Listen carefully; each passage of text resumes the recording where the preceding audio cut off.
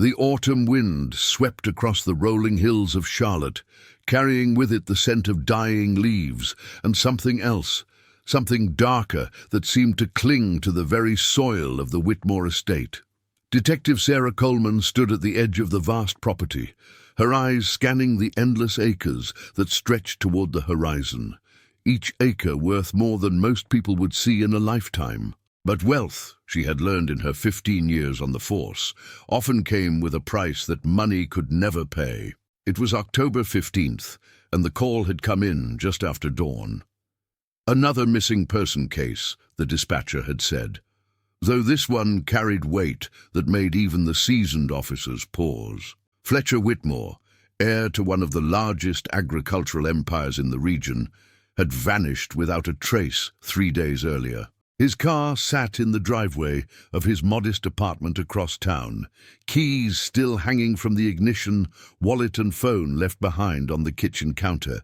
It was as if he had simply decided to walk away from his life, leaving behind not just his possessions, but a legal battle that had consumed him for the better part of 2 years. Sarah pulled her coat tighter against the October chill as she made her way toward the main house, a sprawling Victorian mansion that had watched over these lands for nearly a century.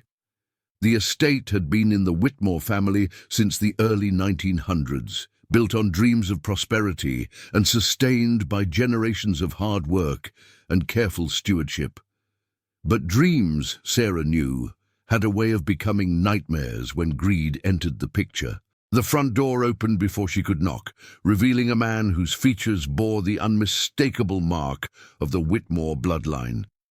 Garrett Whitmore stood tall and imposing, his silver hair perfectly styled despite the early hour, his expensive suit a stark contrast to the rural setting. He was Fletcher's older brother by 3 years, and according to the preliminary reports, the two men had been locked in a bitter legal dispute over the very ground beneath Sarah's feet. "Detective Coleman, I presume," Garrett said, extending a hand that bore the calluses of a man who had worked the land despite his polished appearance. "Thank you for coming so quickly. I know Fletcher and I have had our differences, but he's still my brother. His disappearance has me deeply concerned." Sarah studied his face as they shook hands, noting the tension around his eyes, the way his jaw tightened almost imperceptibly when he mentioned Fletcher's name. In her experience, family disputes over money brought out the worst in people, turning siblings into strangers and love into something far more dangerous. "Mr. Whitmore, I understand you and your brother have been involved in a legal proceeding regarding this property. Can you tell me about that?" Garrett's expression shifted, a shadow crossing his features as he gestured toward the house. "Perhaps we should discuss this inside. It's a complicated situation, and one that I fear may be directly related to Fletcher's disappearance." The interior of the Whitmore mansion spoke of old money and older traditions. Family portraits lined the hallways, generations of Whitmores staring down from gilded frames with eyes that seemed to follow visitors through the rooms. Sarah noticed that several recent photos had been removed, leaving pale rectangles on the wallpaper where they had once hung. The absence felt deliberate, almost aggressive in its completeness. They settled in the library, a room dominated by floor-to-ceiling bookshelves and a massive oak desk that had clearly seen decades of use. Garrett poured himself a glass of whiskey despite the early hour, his hands trembling slightly as he raised it to his lips. "The trouble began when our father died 2 years ago," he said, settling into a leather armchair that creaked under his weight. "Harold Whitmore was 91 when he passed, sharp as a tack right up until the end. He had very specific ideas about how this estate should be handled after his death." Sarah pulled out her notebook, sensing that this story would require careful documentation. "And those ideas were?" "The estate was to be split equally between Fletcher and myself, with certain conditions. The agricultural operations would continue under joint management, with neither brother able to sell his portion without the other's consent. Father believed that would keep the family together, keep the land intact for future generations." Garrett's laugh held no humor. He couldn't have been more wrong. The detective leaned forward, studying the man's face. "What changed?" "Fletcher did."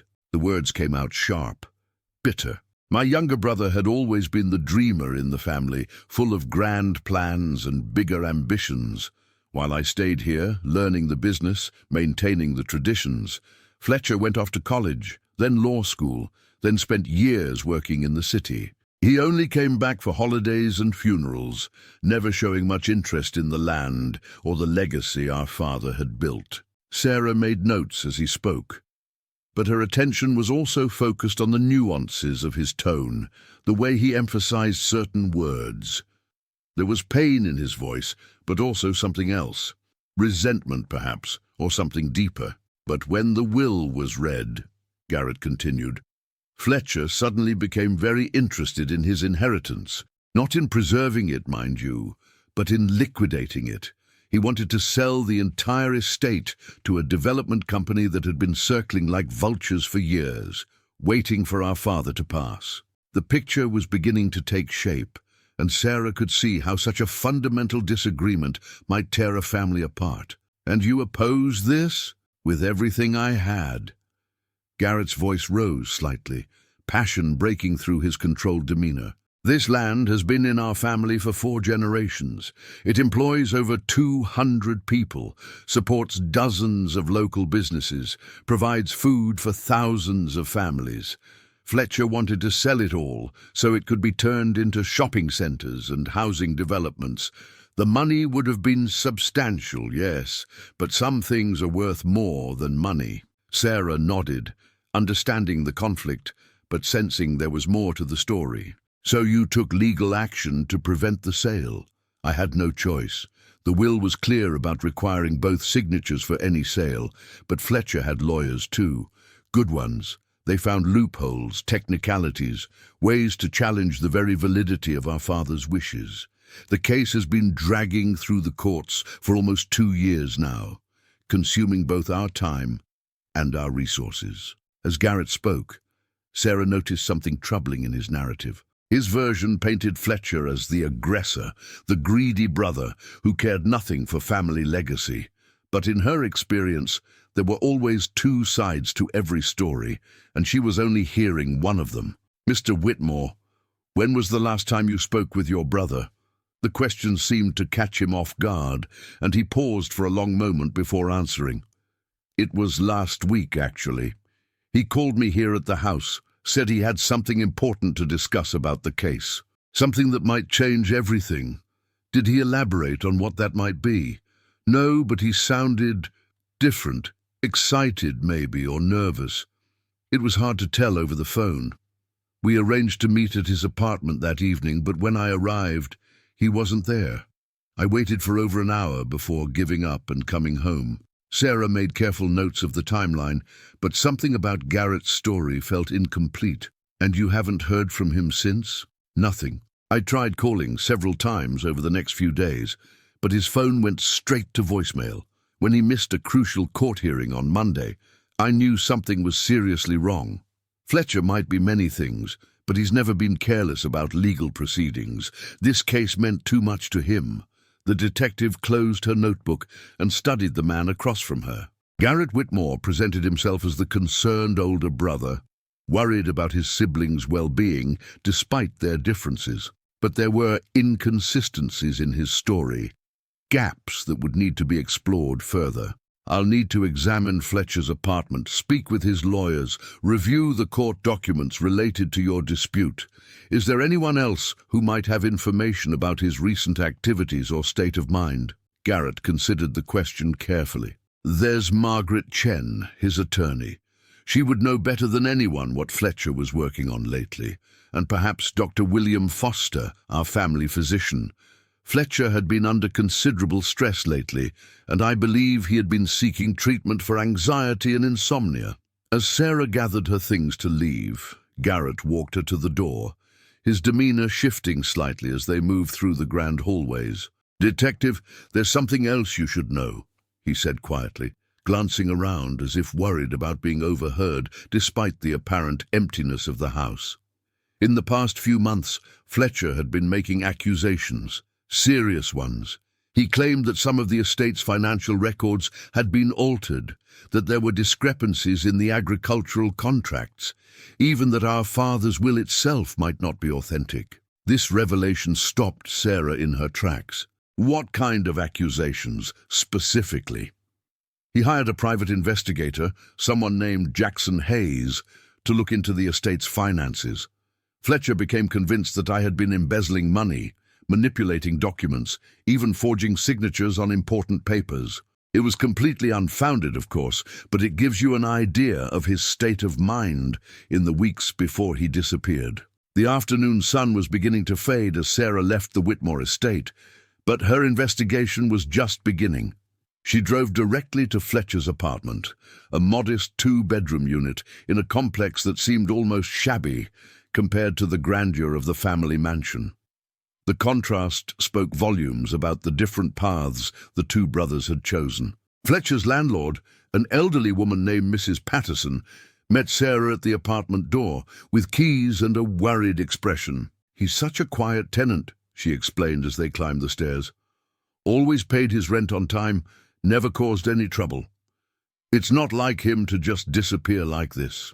The apartment itself told a story of a man consumed by a singular purpose. Every surface was covered with legal documents, financial records, old photographs, and newspaper clippings. It looked more like a detective's incident room than a place where someone actually lived. Fletcher had turned his home into a headquarters for his investigation into the family estate, and the scope of his research was staggering. Sarah spent hours examining the materials Fletcher had collected, and gradually a different picture of the Whitmore family dispute began to emerge. Far from being a simple disagreement about selling property, this appeared to be a complex web of financial irregularities, forged documents, and decades-old secrets that Fletcher had been methodically uncovering. Among the papers, she found correspondence with Jackson Hayes, the private investigator Garrett had mentioned. Hayes had been documenting suspicious transactions going back nearly 5 years, all centered around the estate's agricultural operations. There were invoices for equipment that was never delivered, contracts with companies that didn't seem to exist, and bank transfers that disappeared into offshore accounts. But most disturbing of all were the handwriting analysis reports Fletcher had commissioned.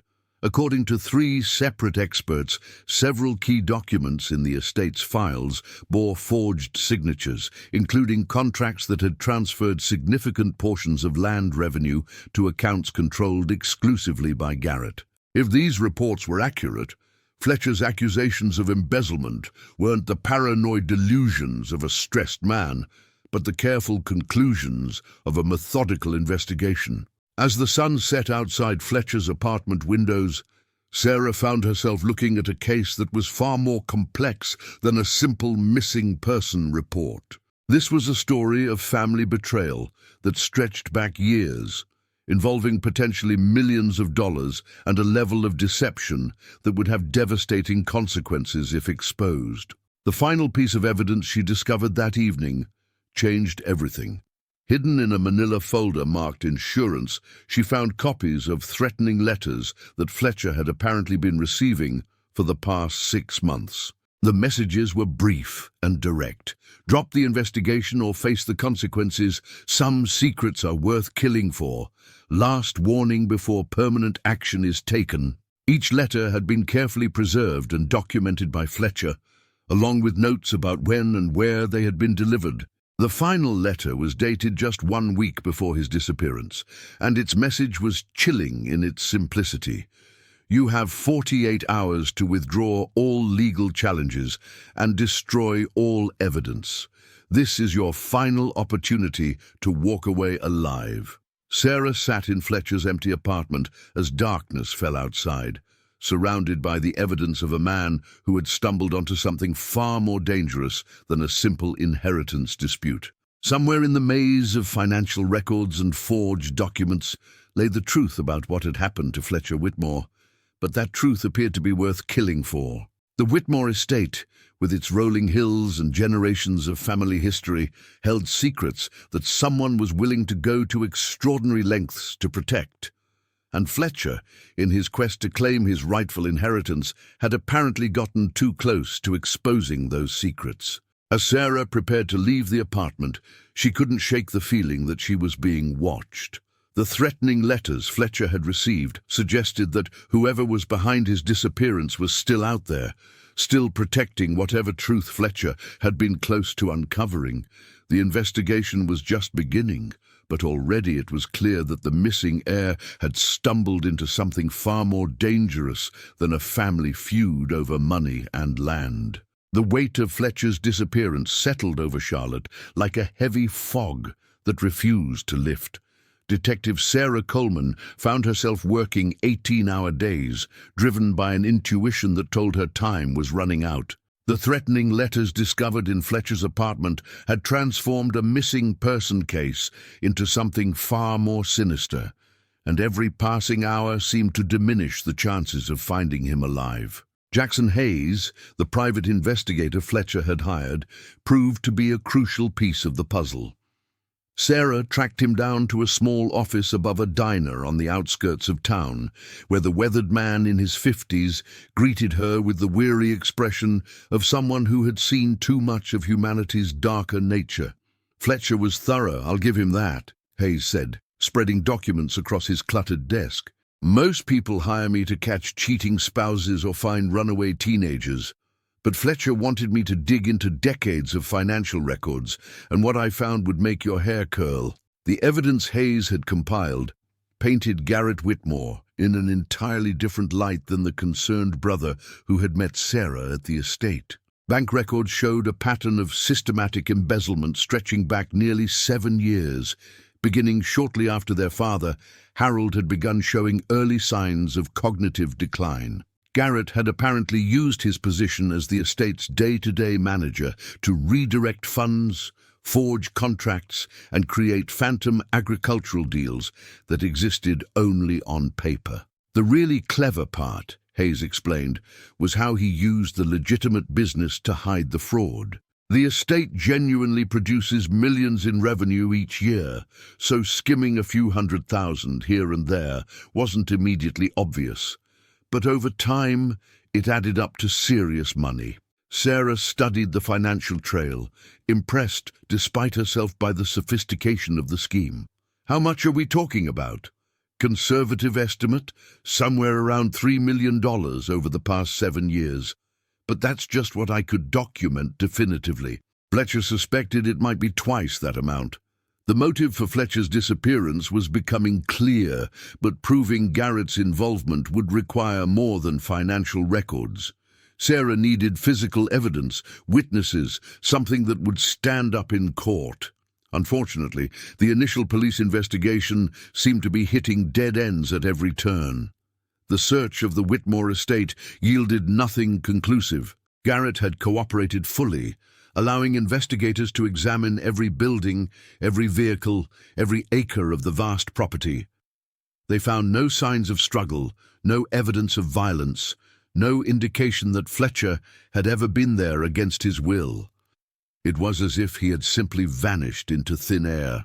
Margaret Chen, Fletcher's attorney, provided crucial insight into his state of mind during the final weeks before his disappearance. A sharp woman in her 40s who had built a reputation for handling complex estate litigation, Chen described a client who had been both excited and terrified by what his investigation was uncovering. "Fletcher came to my office 3 days before he disappeared," Chen told Sarah during their interview.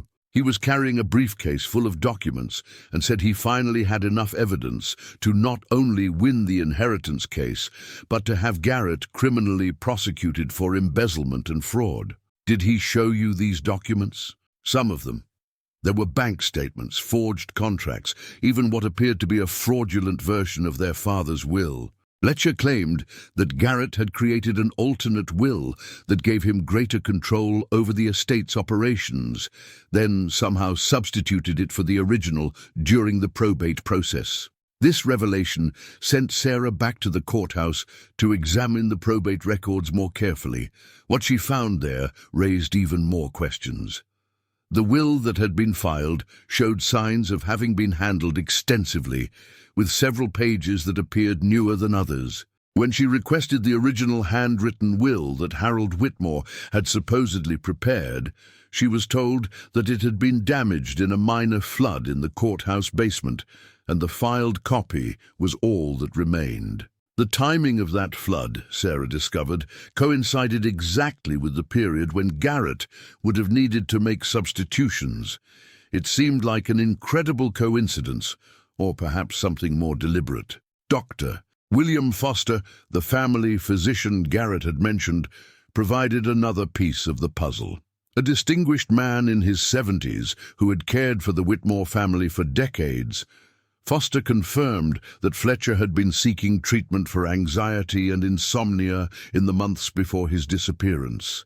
The stress of the legal battle was taking a serious toll on his health, Foster explained. But Fletcher also mentioned that he was afraid, not just worried about the lawsuit, but genuinely fearful for his safety. He asked me about sleeping medications that wouldn't show up easily in standard toxicology tests. Why would he be concerned about that? He said he suspected someone might try to drug him, make it look like a suicide or accidental overdose. I thought it sounded paranoid at the time, but given what's happened, the investigation expanded beyond the Whitmore family as Sarah delved deeper into the estate's business operations. She discovered a network of vendors, contractors, and agricultural partners who had been unknowingly participating in Garrett's fraudulent schemes. Many of them expressed shock when confronted with evidence of the false contracts and phantom deals, but their testimony helped establish the scope of the embezzlement. However, building a criminal case against Garrett proved frustratingly difficult. He had covered his tracks well, and much of the evidence Fletcher had gathered was circumstantial. Without Fletcher himself to testify about his discoveries, prosecutors were reluctant to move forward with charges. The focus remained on finding the missing man, but as weeks turned into months, hope began to fade. The local media initially covered Fletcher's disappearance with intense interest. The story had all the elements of a compelling narrative: a wealthy family torn apart by greed, mysterious disappearances, and allegations of fraud spanning decades. But as the investigation stalled and new leads dried up, public attention moved on to other stories. Margaret Chen refused to let the case fade into obscurity. She filed civil lawsuits on Fletcher's behalf, attempting to freeze the estate's assets and prevent Garrett from further depleting the family fortune. These legal maneuvers kept the case in the public eye and maintained pressure on law enforcement to continue their investigation. Fletcher dedicated his life to exposing the truth about what happened to his family's legacy, Chen told reporters during one of many press conferences. We owe it to him to see that truth come to light, regardless of what has happened to him personally.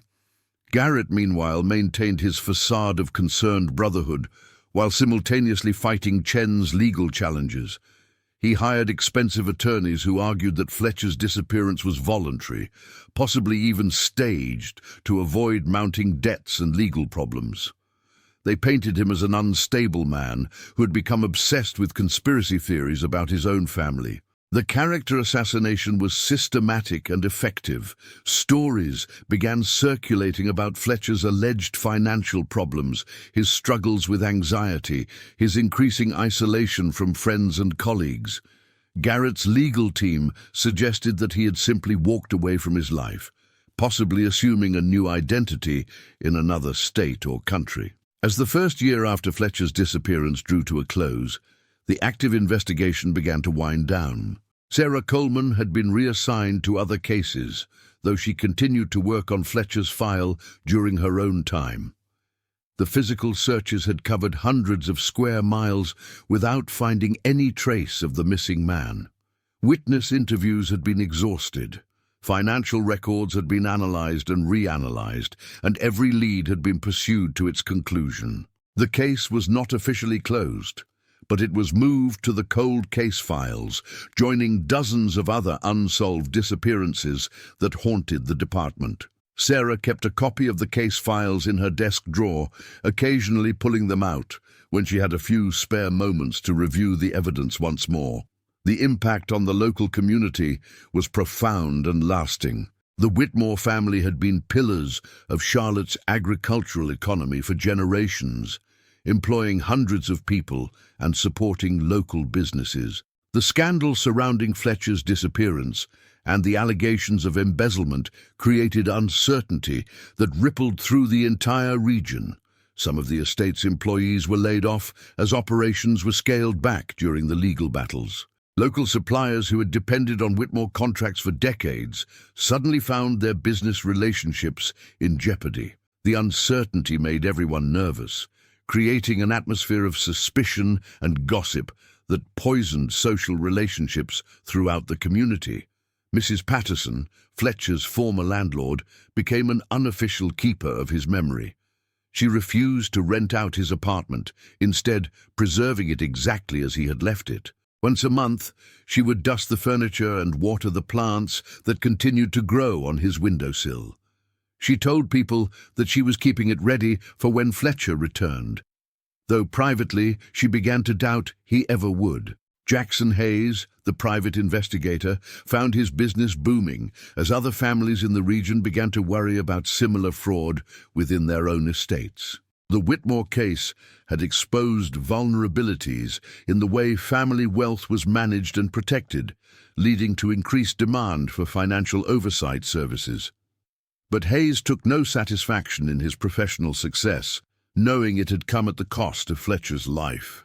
Dr. Foster retired from practice 6 months after Fletcher's disappearance, citing the stress of the investigation and his advancing age. He moved to a small cottage on the outskirts of town, where he spent his days tending a garden and trying to forget the fear he had seen in Fletcher's eyes during their final consultation. Margaret Chen continued fighting legal battles on multiple fronts, determined to preserve Fletcher's interests even in his absence. She established a trust fund using Fletcher's remaining assets with the stated purpose of continuing the investigation into his disappearance and the alleged fraud at the Whitmore estate. The trust hired additional private investigators and offered rewards for information, but the leads that came in were mostly dead ends. As months turned into years, the case took on an almost mythical quality in local folklore. Fletcher Whitmore became a ghost story, the missing heir whose spirit was said to haunt the family estate. Some claimed to have seen his figure walking the property at dusk, still searching for the truth that had cost him everything. Garrett consolidated his control over the estate, eventually winning most of the legal battles that had been initiated after Fletcher's disappearance. Without Fletcher present to press his claims, the courts had little choice but to recognize Garrett as the primary heir and manager of the family assets. He sold off portions of the property for development, just as Fletcher had wanted to do, but kept the profits for himself rather than sharing them with his missing brother. The irony was not lost on those who remembered the original dispute. Garrett had fought bitterly to prevent Fletcher from developing the estate, claiming to want to preserve the family legacy. But once Fletcher was gone, Garrett proceeded to sell off land and buildings at a pace that would have impressed even the most aggressive developers. Detective Sarah Coleman was promoted to sergeant after 5 years, then to lieutenant after 10. She handled hundreds of cases during that time, solving most of them and earning a reputation as one of the department's most capable investigators. But Fletcher Whitmore's case remained a persistent shadow over her career, the one mystery she had never been able to solve. She kept in touch with the key players over the years, checking in periodically to see if anyone had remembered new details or if circumstances had changed. Margaret Chen remained committed to finding answers, though her hair had gone grey and her face showed the strain of fighting a battle that seemed unwinnable. Jackson Hayes eventually retired and moved to Florida, but he continued to research the Whitmore case as a personal project. He built an extensive database of information about similar cases around the country, looking for patterns that might shed light on what had happened to Fletcher. His office walls were covered with maps, timelines, and photographs that chronicled his ongoing investigation. The Whitmore estate itself changed dramatically over the decades. What had once been a unified agricultural operation became a patchwork of developments, shopping centres, and residential neighbourhoods. The old Victorian mansion was preserved as a historic landmark, though Garrett moved to a modern house in an exclusive gated community on the other side of town. Some of the long-term employees who had worked for the family for generations found jobs with other agricultural operations, but they never forgot the way the Whitmore legacy had been torn apart. They gathered occasionally at a local diner to share stories and theories about what had really happened to Fletcher, keeping his memory alive even as the official investigation grew cold. Mrs.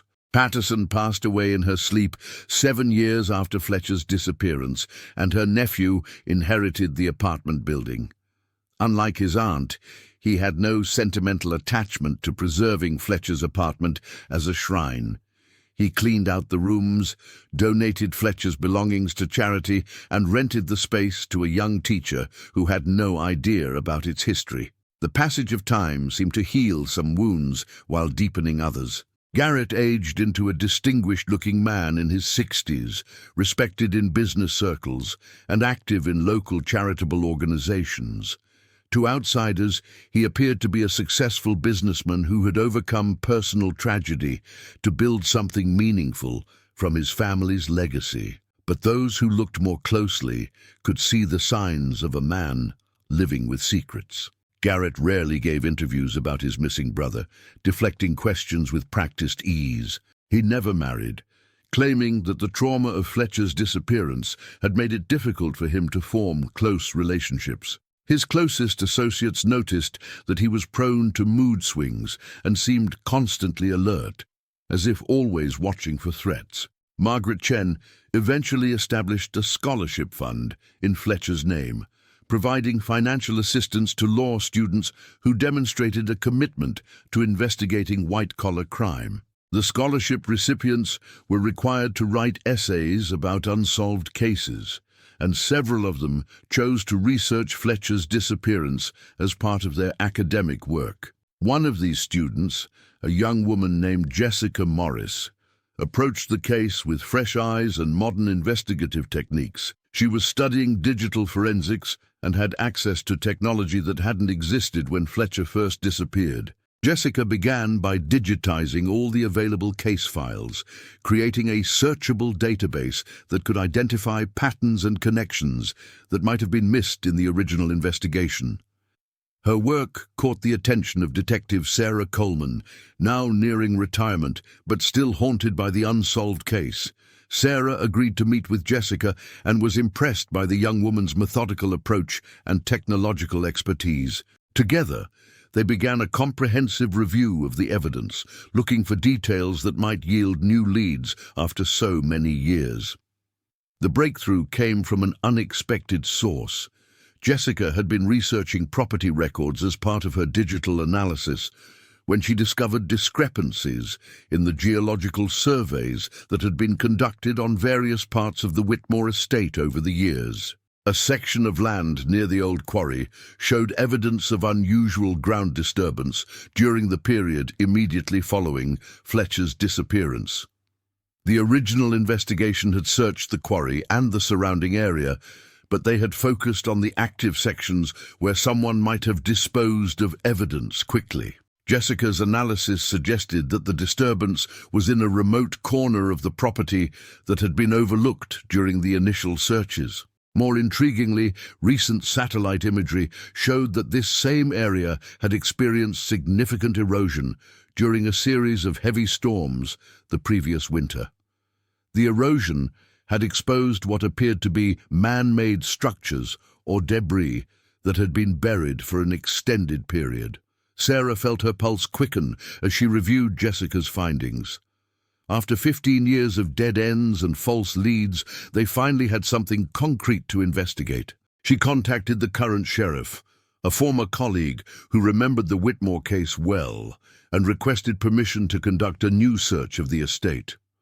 The sheriff was initially skeptical, pointing out that the case was decades old and that previous searches had been exhaustive, But Jessica's digital evidence was compelling, and the recent erosion provided a plausible explanation for why the area might not have yielded evidence during earlier investigations. Permission was granted for a limited search using ground-penetrating radar and other modern techniques that could identify subsurface anomalies without requiring extensive excavation.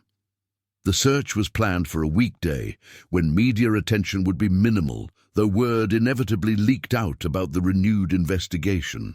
Margaret Chen, now in her 70s but still sharp as ever, insisted on being present when the search team arrived at the estate. She had waited so many years for this moment that nothing could keep her away, regardless of what they might find. Garrett Whitmore was notified of the search as a courtesy, since he still owned the property in question. His response was carefully neutral, expressing hope that any new evidence might finally provide closure for the family. But those who knew him well noticed that he seemed unusually agitated in the days leading up to the search. The search team arrived on a crisp autumn morning, almost exactly 16 years after Fletcher had first disappeared. The timing felt symbolic to those who had never stopped believing that the truth would eventually emerge. The ground-penetrating radar identified several areas of interest, but one location showed clear evidence of a large buried object that appeared to be artificial rather than geological. The object was located approximately 8 feet below the surface, in an area that had been heavily wooded during the original investigation, but had since been cleared for agricultural use. As the excavation began, Sarah Coleman found herself holding her breath. After so many years of searching, the possibility that they might finally find answers was almost overwhelming. Margaret Chen stood nearby, her eyes fixed on the growing hole in the ground, her hands clasped tightly together. The first discovery was a piece of rusted metal that appeared to be part of a vehicle's bumper. As the excavation continued, more automotive parts emerged from the soil, all showing signs of having been buried for an extended period. The final piece of the puzzle came when the excavation team uncovered a license plate, its numbers still partially visible despite years of corrosion. Sarah ran the plate number through the database, though she already knew what she would find. The plate had been registered to Fletcher Whitmore, assigned to a pickup truck that had never been reported missing because no one had known he owned it. The truck had been purchased with cash from a private seller just 2 weeks before Fletcher's disappearance, apparently as part of his investigation into his brother's activities. The discovery of Fletcher's hidden vehicle opened an entirely new chapter in the investigation, one that would finally bring the truth to light after so many years of questions and speculation.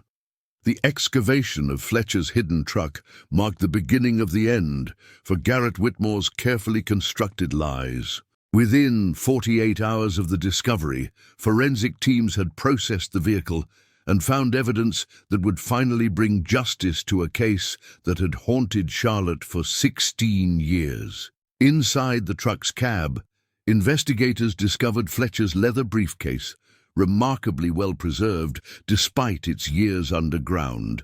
The briefcase contained the original documents Fletcher had planned to present in court, including the authentic version of their father's will and bank records that definitively proved Garrett's embezzlement. Most crucially, it contained a handwritten letter Fletcher had penned just hours before his disappearance, detailing his fears and explicitly naming Garrett as the person he believed was threatening his life. The letter, written in Fletcher's careful script on legal paper, was addressed to Margaret Chen, with instructions that it be opened only in the event of his death or disappearance. In it, Fletcher described a final confrontation with his brother at the estate, during which Garrett had allegedly confessed to years of fraud and begged Fletcher to abandon his investigation in exchange for a larger share of the remaining assets. "I cannot live with myself knowing what Garrett has done to our father's legacy," Fletcher had written, "but I also cannot ignore the very real danger I now face. If something happens to me, please know that I never intended to abandon the fight for justice." The truth matters more than my safety, and I pray that someday it will come to light." Sarah Coleman read the letter with tears in her eyes, finally understanding the courage it had taken for Fletcher to pursue his investigation, even when he knew his life was in danger. Here was a man who had chosen principle over personal safety, truth over comfortable lies, justice over family loyalty. The discovery of the truck led to a full criminal investigation with resources that dwarfed the original missing person case. The district attorney, recognizing the significance of the evidence, assigned a team of prosecutors who specialized in complex, white-collar crime and homicide cases. For the first time in 16 years, Fletcher Whitmore's disappearance was being treated as what it had always been: a carefully planned murder designed to cover up massive financial fraud. Garrett's initial response to the new investigation was to maintain his innocence while hiring the most expensive criminal defense attorneys money could buy. He claimed that Fletcher's letter was either a fabrication or the product of a man suffering from paranoid delusions. The truck, Garrett's lawyers argued, could have been placed there by Fletcher himself as part of an elaborate scheme to disappear and start a new life elsewhere. But as the forensic evidence mounted, Garrett's position became increasingly untenable. Soil analysis confirmed that the truck had been buried within days of Fletcher's disappearance, during a period when only Garrett had access to the heavy equipment needed for such an operation. Security footage from a nearby farm, preserved in archives that investigators had never previously examined, showed unusual nighttime activity on the Whitmore estate during the crucial time frame. Most damning of all was the discovery of Fletcher's personal effects scattered throughout the truck's interior. His watch, his wedding ring from a brief marriage in his 20s, and a small notebook containing his final observations about Garrett's criminal activities. The notebook's last entry was dated the evening of Fletcher's disappearance and contained a chilling prediction. "Garrett has asked me to meet him at the old quarry tonight to discuss a final resolution to our dispute. I fear what that resolution might entail, but I cannot live in fear forever." Margaret Chen, now vindicated after years of fighting to keep Fletcher's memory alive, worked closely with prosecutors to ensure that the case against Garrett was airtight. At 73, she brought decades of legal experience and an intimate knowledge of the Whitmore family finances that proved invaluable in documenting the full scope of Garrett's crimes. "Fletcher died trying to expose the truth," she told reporters gathered outside the courthouse. "The least we can do is make sure that truth is finally heard in a court of law." The trial of Garrett Whitmore began on a grey morning in November, exactly 17 years after Fletcher's disappearance. The courtroom was packed with members of the community who remembered the missing heir and had followed the case through its many twists and turns. Sarah Coleman, now retired from the police force, sat in the gallery alongside Jackson Hayes, who had flown in from Florida to see justice finally served. The prosecution's case was methodical and devastating. They presented evidence of systematic embezzlement stretching back nearly a decade, showing how Garrett had used his position to steal millions from the estate, while his aging father's mental faculties declined. They demonstrated how Fletcher's investigation had threatened to expose not just the financial fraud, but also the forged will that had given Garrett control over the family assets. Most powerfully, they painted a picture of Fletcher as a man who had died defending his family's honor and his father's true wishes.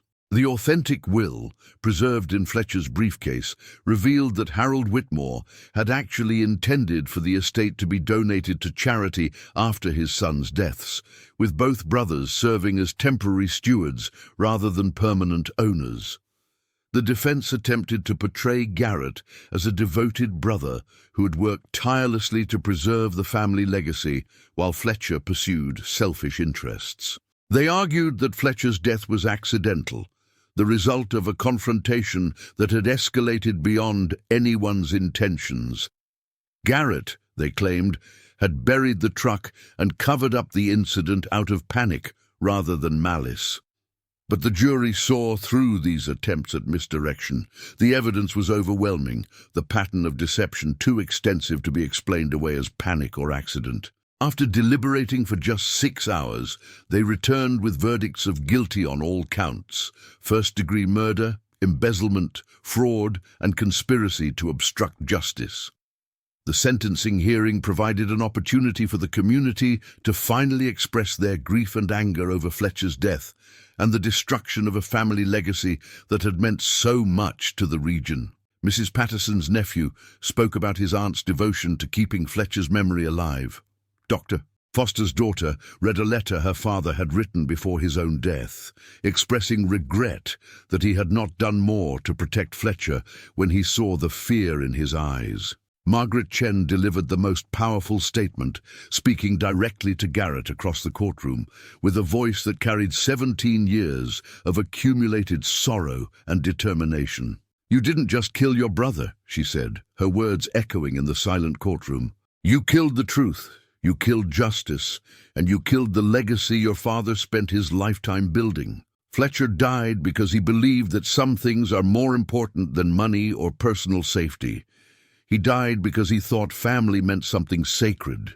Your betrayal of that trust is a wound that will never fully heal." Garrett received a sentence of life in prison without the possibility of parole, a verdict that brought tears of relief to many who had waited so long to see justice served. As he was led away in handcuffs, he appeared to have aged decades in the span of the trial, his silver hair now white, his once imposing figure stooped and diminished. The resolution of the criminal case opened the way for the restoration of the Whitmore estate, according to Harold Whitmore's true intentions. The authentic will Fletcher had died protecting was finally probated, revealing the full scope of the patriarch's charitable vision.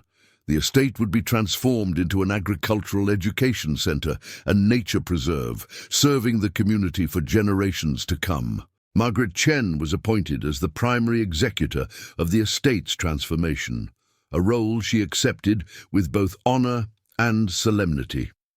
At 74, she threw herself into the work with the same determination she had brought to seeking justice for Fletcher. The Whitmore Agricultural Institute, as it came to be known, would provide scholarships for farming families, conduct research into sustainable agriculture, and preserve thousands of acres as natural habitat. Sarah Coleman found unexpected peace in the case's resolution. She had spent 25 years in law enforcement, handling hundreds of investigations, but Fletcher's case had always felt personal in a way she couldn't fully explain. Perhaps it was the injustice of a good man dying for telling the truth, or perhaps it was the challenge of a puzzle that had resisted solution for so many years. Whatever the reason, seeing Garrett finally held accountable felt like a vindication not just for Fletcher, but for everyone who had refused to accept convenient lies in place of difficult truths. Jackson Hayes established a private investigation scholarship in Fletcher's name, providing funding for young investigators to pursue training in financial forensics and cold case analysis. The scholarship recipients were required to spend time working on unsolved cases, carrying forward Fletcher's commitment to uncovering truth, regardless of the personal cost. The community's healing process was gradual but genuine. The Whitmore name, which had been tainted by scandal and suspicion for nearly 2 decades, was slowly restored to its former position of respect. Local farmers, who had lost their jobs during the estate's troubled years, found new employment with the Agricultural Institute, and the economic uncertainty that had plagued the region began to lift. The old Victorian mansion became the centerpiece of the Institute's educational programs, its rooms converted into classrooms and research facilities while preserving the historical character that had made it a local landmark. Visitors could tour the building and learn about both the family's agricultural innovations and the tragic story of how greed had nearly destroyed everything Harold Whitmore had built. A memorial garden was planted behind the mansion, with a simple stone marker bearing Fletcher's name and the dates of his birth and disappearance. The inscription read simply, He died for truth. Margaret Chen visited the memorial regularly, often bringing flowers from her own garden and spending quiet moments reflecting on the strange turns life could take.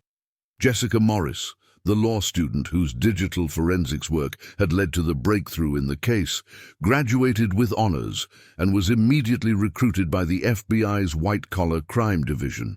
She kept a photograph of Fletcher Whitmore on her desk, a reminder of how persistence and new perspectives could shed light on even the darkest mysteries.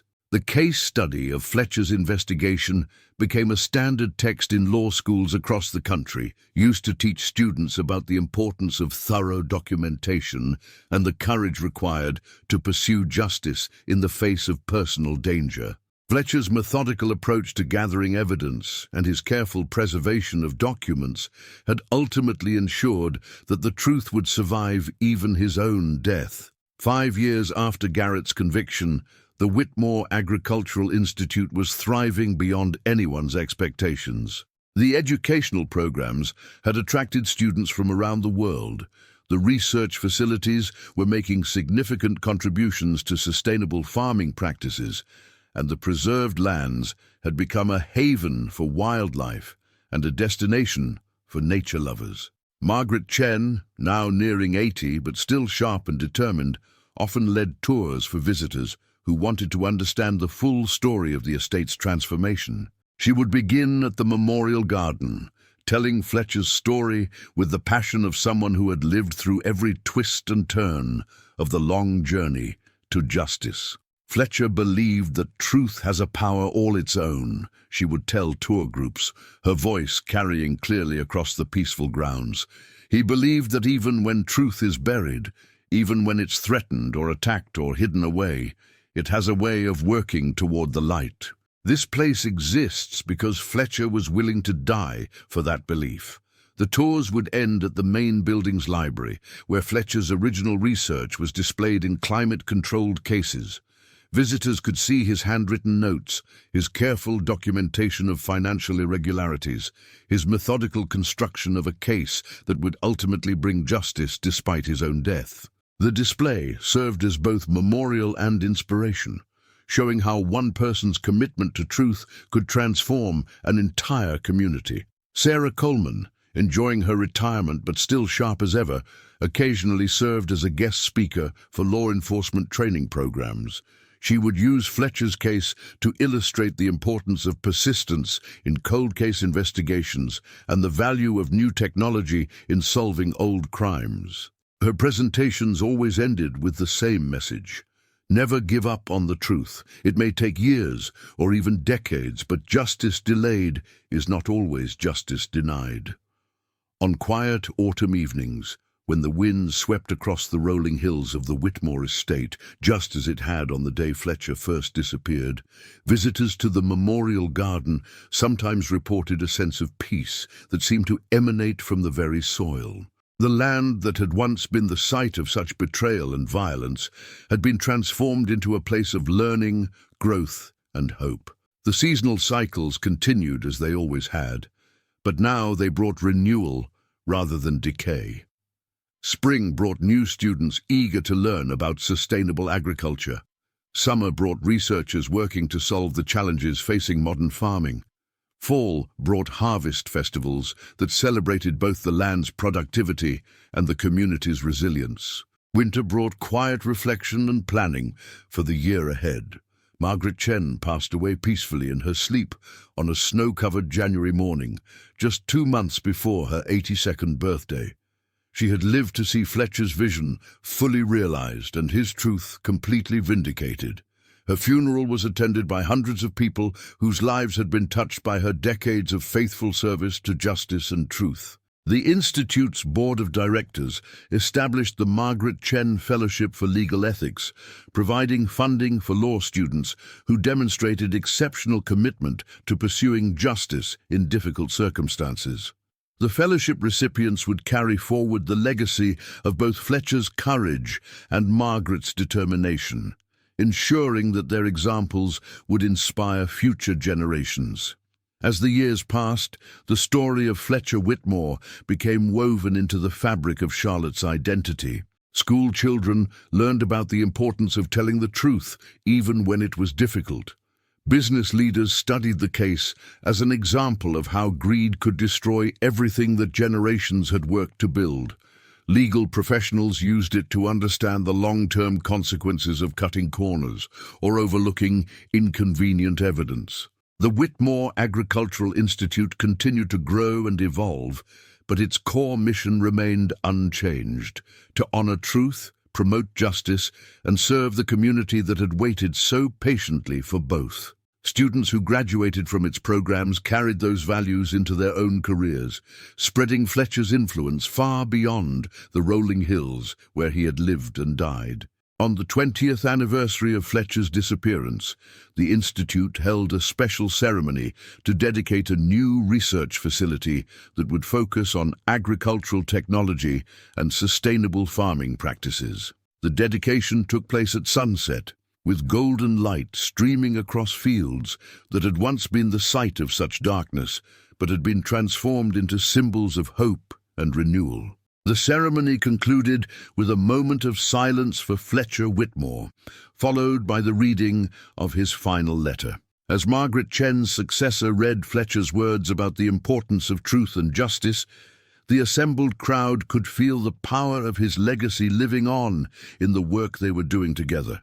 The autumn wind still swept across those same rolling hills, carrying with it the scent of growing things and the promise of harvests to come. But now it also carried something else, something that had been missing for so many years: the peace that comes when truth finally triumphs over lies, when justice finally conquers injustice, and when one person's courage to do right creates ripples that transform an entire community for generations to come. Fletcher Whitmore had died believing that truth matters more than safety, that justice matters more than convenience, and that some battles are worth fighting regardless of the personal cost. His death had not been in vain, because his truth had survived and flourished, creating something beautiful and lasting from the ashes of betrayal and greed. The story of the Whitmore estate had begun with dreams of prosperity and had nearly ended in nightmare. But through Fletcher's sacrifice and the dedication of those who refused to let his truth die with him, it had been transformed into something greater than its original builders had ever imagined, a living testament to the power of courage, persistence, and the unshakable belief that truth will always find a way to prevail.